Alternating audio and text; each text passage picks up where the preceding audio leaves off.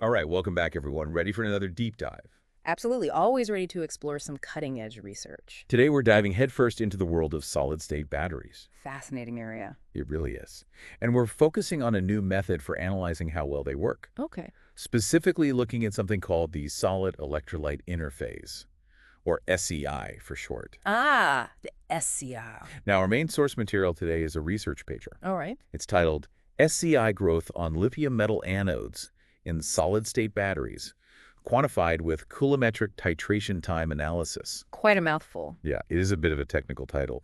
But basically, this research is all about making batteries last longer. And safer. Exactly. The kind of batteries that could end up in everything from our phones to electric cars. And the researchers have come up with this really clever technique to study it. I'm intrigued. Let's break it down. So, first off, why are solid state batteries considered such a big deal? Well, they're seen as the next big leap in battery tech. Compared to the lithium-ion batteries we use now, they have some major advantages. Huge potential. Yeah. The biggest one being energy density. Meaning? You can pack way more power into the same size battery. Ah, I see. So, like, imagine your phone lasting a whole week on one charge. Exactly. Or electric cars. They can go twice as far before needing to be plugged in. Now that would be revolutionary. Absolutely. Uh, But to get there, we need to tackle some challenges. and that's where this SEI comes in, right? Right. It's this layer that forms between the battery's electrode and the electrolyte. Okay, so what's the problem with it? Well, it's kind of like a double-edged sword. How so? On one hand, it's essential. Acts as a protective shield, prevents unwanted reactions that can degrade the battery. Right, so it helps the battery last longer. Exactly. But as it grows, it can actually start to block the flow of lithium ions. Which is bad because, That flow is what allows the battery to work. So it's like having a security guard who's a little too good at their job. They end up blocking everyone from getting in. interesting analogy. So how did the researchers in this paper go about studying this SEI layer? Well, they came up with this new technique. Okay. It's called coulometric titration time analysis. I'm going to need you to break that down a bit. Fair enough. It's actually a pretty simple idea at its core. They basically feed a measured amount of lithium to the battery. Okay. And this lithium reacts with the electrolyte to form that SEI layer. I see. And then they just measure how long it takes for that lithium to be consumed by the reaction. Oh, so it's like timing how long a puddle takes to evaporate to figure out how much water was there in the first place. Exactly, you got it. That's pretty clever.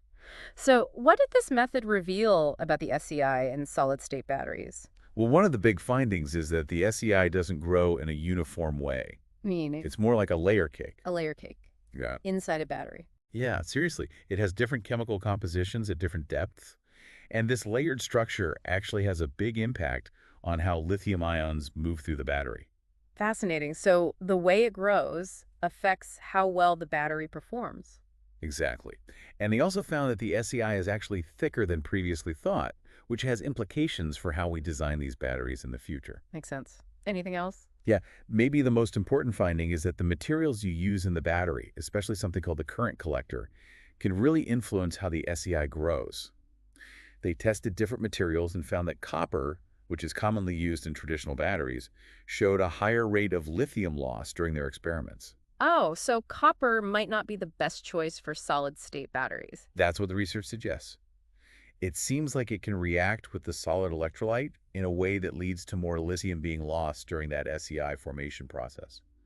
Really highlights how crucial it is to pick the right materials. Absolutely. So we're seeing that this SEI is way more complex than we thought, and the materials we use can really impact how it forms, which ultimately affects the battery's performance. Right.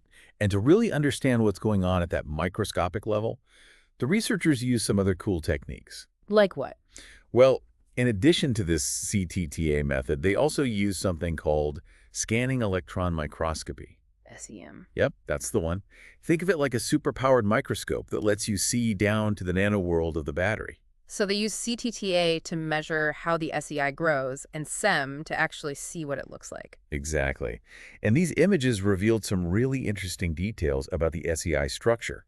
They saw things like spherical particles, and a fine pored structure, which further supports the idea that it's not this simple uniform layer, but a much more complex and dynamic landscape. Wow, so this combination of techniques is giving us a whole new level of understanding. Absolutely, and it's helping us unlock the secrets of the SEI Yeah. and how it impacts battery performance. And those microscopic images they got, they actually revealed that the SEI growth on the current collector, it wasn't uniform. So some areas are more like prone to reactions and lithium loss than others. Exactly, which just shows how important it is, like really crucial to understand and control how that SEI grows if we want to get the best performance out of these batteries. And they didn't stop at SEM. They used another technique too. Yeah. This one's called time-of-flight secondary ion mass spectrometry.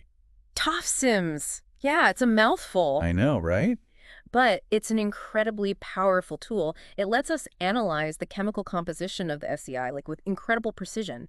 We can basically identify the different ingredients in each layer of that microscopic layer cake we talked about. So it's like they're using CTTA to measure the growth, Right. SEM to see what it looks like, and then TOF sims to figure out what it's actually made of. Exactly. It's like having a whole forensic team investigating this tiny but super important part of the battery. I love that analogy. Yeah. And by combining all these different pieces of the puzzle, they get this really comprehensive understanding of how the SEI behaves. Exactly. Which is what we need, right? If we want to really optimize these batteries. Absolutely. Yeah. I mean, it's becoming clear that this SEI is way more complex than we initially thought. It's not just a simple passive layer, it's this dynamic structure with its own intricate chemistry and growth patterns. And understanding that, that's the key to unlocking the full potential of these solid-state batteries. So this new CTTA technique seems like a game changer in that regard. But are there any, like, limitations to it? Is it a perfect tool? Well, no scientific tool is perfect, right? Sure. The researchers themselves point out a few caveats in the paper. For one, this technique is best suited for studying metal anodes, like lithium. Okay. It might not be as effective for analyzing other battery components, like cathodes. So it's a specialized tool? Right, but a very effective one for its intended purpose. Makes sense. Anything else? Yeah, another thing is that interpreting the CTTA results can be pretty complex, especially when you're dealing with these multi-layered SEIs. You really need a deep understanding of electrochemistry to make sense of the data. It's not just plug and play. Exactly. And lastly, while CTTA provides really valuable info about the SEI, it doesn't tell us everything. We still need to use other methods like SEM and TOF sims to get the complete picture of how the SEI forms and evolves. So it's one powerful tool in the toolbox. It's not the only one. Yeah. It's amazing to see scientists pushing the boundaries like this. Their work could really change how we power the world. It's a super exciting time to be working in this field. I mean, the advancements we're seeing in solid-state batteries, they have the potential to transform everything, from our phones and laptops to electric vehicles and even like how we store renewable energy on the grid. Speaking of broader applications, there's this one interesting detail in the paper I wanted to touch on. Oh, yeah. The researchers mention that this CTTA technique, it could be applied beyond just solid-state batteries. Right. While their focus was on solid-state batteries, they do suggest it could be valuable for studying other types of batteries as well. Which opens up a whole new avenue of research, right? Yeah. It could lead to breakthroughs in battery tech across the board. Absolutely. It's amazing how a breakthrough in one area can have these ripple effects across multiple fields. Makes you wonder what other mysteries this technique could help unravel. It really does. It just shows the power of scientific curiosity and how research can lead us down these unexpected paths. Well, we've definitely covered a lot of ground today, exploring these, intricate details of solid-state batteries and this ingenious new technique for understanding them. Yeah, it's been fascinating. But before we wrap up, I want to circle back to the practical implications.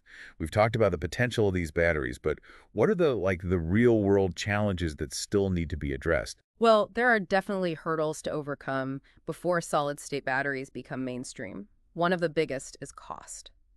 The materials used, particularly the solid electrolytes, they tend to be a lot more expensive than those used in traditional lithium-ion batteries. So finding more cost-effective materials is key. Absolutely, if we want these batteries to be commercially viable. Another challenge is scalability.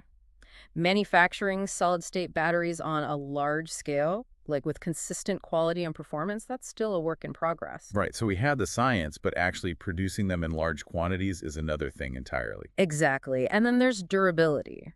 While solid-state batteries are supposed to have longer lifespans than lithium-ion batteries, they're not immune to degradation. So it's not just about making them work, it's about making them last. Precisely. But despite these challenges, the progress being made is really remarkable. The insights we're gaining from techniques like CTTA, they're helping us address these hurdles and bringing us closer to a future where solid-state batteries power our world. It's really inspiring to see how science is tackling these complex problems. It is. And it highlights the dedication and ingenuity of these researchers who are pushing the boundaries of battery technology. And while challenges remain, the future of solid-state batteries looks incredibly promising. I couldn't agree more. I mean, the potential benefits from increased safety and performance to longer lifespans and reduced environmental impact, they're just too significant to ignore. It's definitely an area of research worth watching closely. The advancements we're seeing could have a huge impact on our lives in the years to come. Absolutely. And as we wrap up today, I want to leave our listeners with something to think about. Okay. We've seen how a single research paper can spark all this new understanding and lead to further exploration. What other scientific breakthroughs are out there waiting to be discovered, and what impact might they have on our world? It really makes you think, doesn't it? It does. It's amazing to see how, like, diving deep into something so specific like this SEI can actually have these broader implications for technology as a whole. Well, we've covered a ton of ground in this deep dive. We explored the potential of solid-state batteries and this really clever new technique for understanding them. It's been a great discussion. But before we sign off, I want to just recap the key takeaways for our listeners, make sure everyone's on the same page. Thanks, good. So we started by talking about the promise of solid-state batteries, how they could revolutionize how we power all sorts of devices, everything from our phones to electric vehicles. Right, we talked about that higher energy density. Exactly. And then we went deep into the intricacies of the SEI, that mysterious layer that's so crucial to battery performance. So that was really the heart of the paper, wasn't it? It was. And we saw how this new technique, CTTA, is giving us this incredible new level of understanding of how it forms, how it's structured, how it behaves. Really groundbreaking stuff. Totally. We learned that the SEI is way more complex than we originally thought. It's not just this simple uniform layer. It's got a layered structure, different chemical compositions. Like a layer cake, remember? Exactly, the layer cake battery.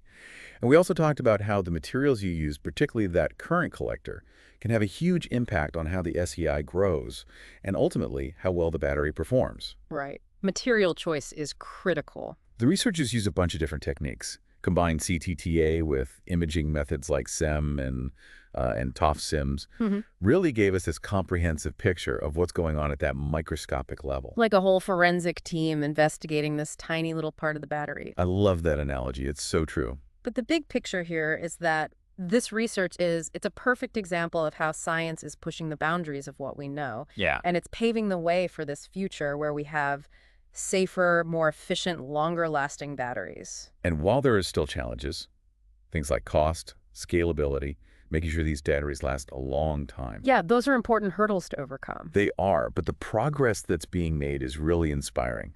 And I think the potential benefits are just too big to ignore. Couldn't agree more. It's definitely an area of research worth keeping an eye on. Absolutely. Well, that wraps up our deep dive for today. Thanks for joining us.